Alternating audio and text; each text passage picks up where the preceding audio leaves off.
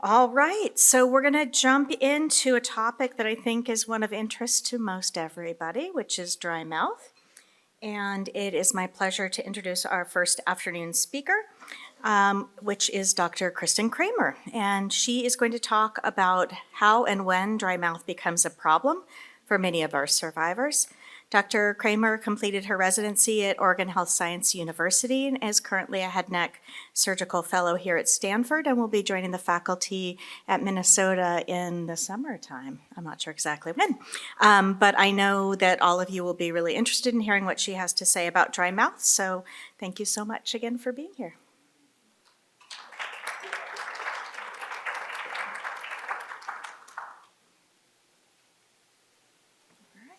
Great. All right. Good afternoon. Thank you for the induction, Dr. Sarmer.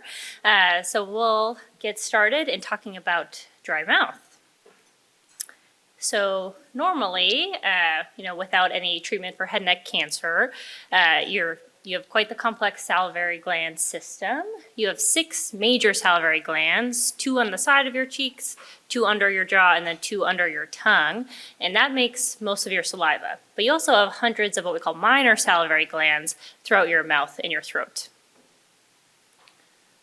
And this is another diagram of the different glands and where they're located. The parotid gland is the big one on your cheek and is responsible for most of the saliva production, but also the ones under your jaw and your chin keep up.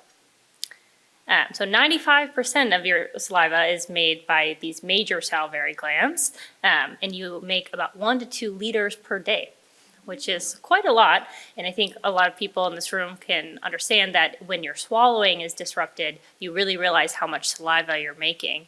Where people often say, it feels like I'm making, why am I making more saliva? But we think it might be actually the disruption of your swallowing, because typically you're swallowing this all day without noticing.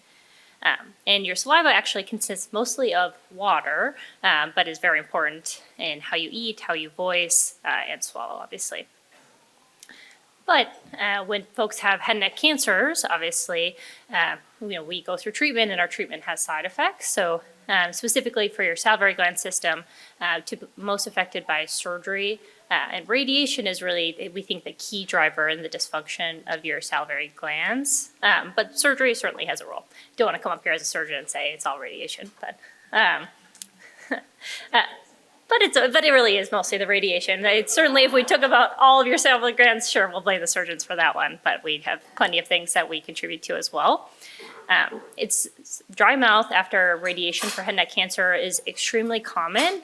The literature reports about 80% of patients will struggle with dry mouth, but I suspect that's even an underestimate. It's challenging to study as it can be subjective. There are some objective tests where we try to measure how much saliva somebody's making, but really at the end of the day, regardless of what our objective tests show, it's what the patient is experiencing that's the most important. And the technical term for that is xerostomia, so you might see that word thrown around, but really what it means is dry mouth. It occurs at many time points throughout treatment also. It can occur early during radiation, throughout radiation, then as many people experience, many months, years after radiation is treatment still is completed, you'll still be having troubles with dry mouth. And how does this work? Why is this happening? One, that your actual volume of saliva is decreased in how much your glands are making. The thickness is increased and the pH, or the acidity of it, is actually increasing. Excuse me. And we think this is all due to radiation at different stages.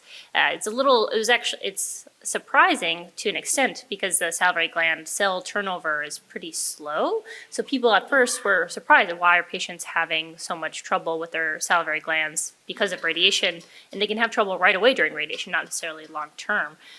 But we do know this happens, and it's been heavily studied in animal models. And all of these things contribute to the dry mouth troubles. So there's less saliva, what you have is thicker, and harder to manage. And then that pH change can also lead to some of the other side effects and the dental disease that can come with dry mouth. So what is actually happening during radiation? Even during that first week, excuse me, there's a 50 to 60% decrease in salivary flow, which is half right away in that first week. And that's the part that is surprising from a biologic perspective, and people have been trying to understand actually what's happening. And what they think is happening is your glands are still producing saliva, but there's a decreased water flow, and that's what's making it thick and making it hard to actually get out of the ducts and do its job. So even though the glands are still functioning, like we talked about before, most of your saliva is water. So when you decrease that, now the output goes down quite a lot. And then after a typical course of 7 weeks of radiation, we think the salivary flow decreases to about 20% of that original rate. In addition to the rate being down, we also know, like I said, it's thicker and the consistency is different. And why is that happening? So radiation works by causing damage to the DNA of cells to trigger the cell's own function to die off. And that's good for cancer cells. That's great. That's how it's working. But it's a problem for your normal tissue around, and especially salivary glands. So then you're producing less saliva because the cells that actually make the saliva are gone or dying off. And then the gland is becoming non-functional. So that's why this continues to be a problem after radiation or even decades later. We think the relationship of how much damage is done with radiation is dose dependent. So what that means is with the higher doses of radiation, probably higher damage to the salivary glands. And so that is an area of interest in when we talk about changing doses to radiation or sparing certain things. When radiation technologies have improved to be able to focus on some areas, that has improved the dysfunction. Kind of weird way to say it, but less dysfunction of the salivary glands when we can focus the radiation in one area and not necessarily have the whole dose hit the glands. But some of that dose is still going to cause some problems. The salivary function we know continues to decline for several months after finishing radiation.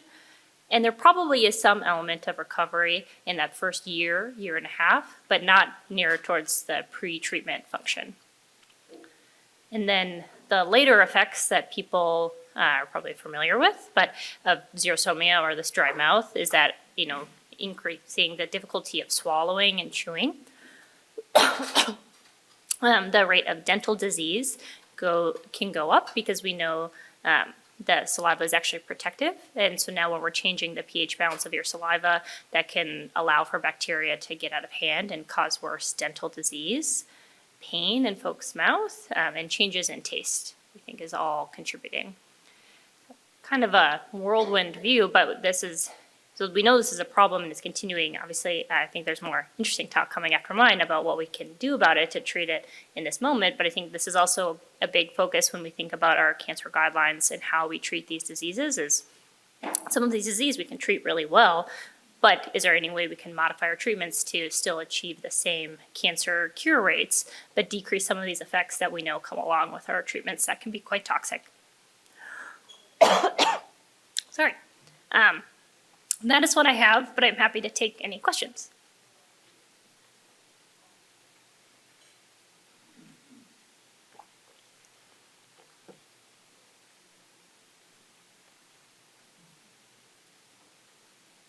Alrighty, thank you. Oh, sorry. Yeah, thank you so much for your topic. This is one of the biggest problem I deal with after my stage 4 nasopharyngeal cancer. And in addition to the radiation damage, I also have Sjogren's syndrome, which is autoimmune disease attacking your salivary gland as well as other glands. So my saliva never came back. Like I can't even speak without drinking water. And I'm kind of curious, two things. One is, now it's almost 12 years, like after my treatment. Will the saliva gland ever come back or no? And then the other one is, I was lucky enough to be referred to a dentist who, had a foundation that willing to support some patients. And right now they're evaluating whether it's safe to do dental implant, which previously was rejected. And we were kind of curious to learn whether, the potential scary effect of like maybe my jaw would drop or something would completely open or whatever. Over the times, does these actually come back or not, or getting worse? Can you clarify that? Yeah, we think that there may be some recovery, but probably if it's going to happen, happens in the first year to year and a half after treatment. So this far out of treatment, I probably wouldn't expect too much of a change in the salivary gland function in terms of improvement.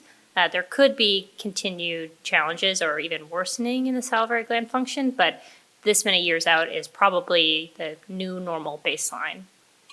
And then in the question in terms of dental implants after radiation is a very difficult topic, and people are trying really hard, but the concern there is, increased rates of dental disease, obviously, but also just the integrity of the jawbone, and can it heal after getting an implant? Because the implant they'll put in, but then really rely on the bone healing to that implant to make it stable and decrease risk of fracture of the jaw or infection of the jawbone itself.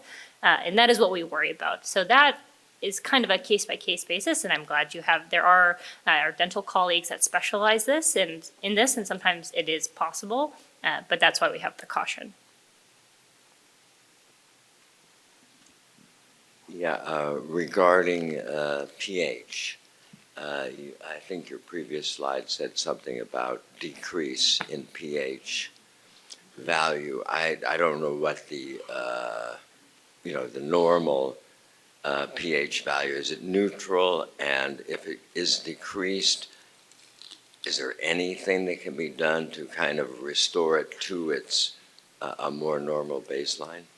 Yeah, normally it actually is on the side of a little bit more basic than acidic in terms of your saliva. So after radiation, with all these changes and it becoming more acidic, is what can let some bacterial overgrowth happen and increase rates of dental disease. As far as things to combat that, I'm not aware of anything to specifically focus on the pH, but more so we try to just focus on the end problem that comes from that and have really aggressive dental care to maintain the dentition that folks have. But that is a good question and a potential interesting route to go down. I may have missed if you said this or not, but saliva is obviously a huge issue. I get dental cleanings 4 times a year because of that, and I don't know if you mentioned having more frequent dental cleanings, but I know for a lot of people it's helpful. Yep. And then for me, I do believe, although I could be hallucinating, that at the time that my saliva improved probably up to 5 years after. Like I felt like little by little, year by year, because I carried a water bottle with me for 3 years. And then I just felt like it got a little bit better each time. So I saw your 12 to 18 months. And I didn't know if that was just pretty much what on average, or is that actually really it? And I'm, thinking it happened and maybe it didn't. No, it sounds like, I think I would trust what you're saying and your experience the most. I think the 12 to 18 months comes from what we have in the data and the literature, but it's a challenging field to study to get the perfect number. So it's certainly possible that maybe it's a little different than the data that we have. Just because it's challenging to study it objectively, and then also to follow patients for that long. A lot of these clinical studies will follow patients for a year or 2, maybe, but once you start going out 5, 10 years after their treatment, you start not being able to keep all the same people in the study. So I think that is a limitation of our research, and it might not be totally accurate. So it is probably possible for some more recovery, but I worry when I'm talking to folks, I don't want to overpromise too much. I know it's a combination of trying to give people hope that things are going to get better, and then what the reality might be. But I was also going to say that with that saliva issue, that Floridex toothpaste, Prevident toothpaste, all the different toothpaste that are for keep your mouth strong, I think they've been really good for me. So thank you. Yeah, that's awesome. And we do recommend the frequent dental cleaning. So 4 times a year is perfect, and that's what we'll recommend folks just to maintain the dentition that they have. And people have good success, and we have great dental colleague partners that will be on top of things and increase it even more or know when to back off. So that's great, and that is what we recommend.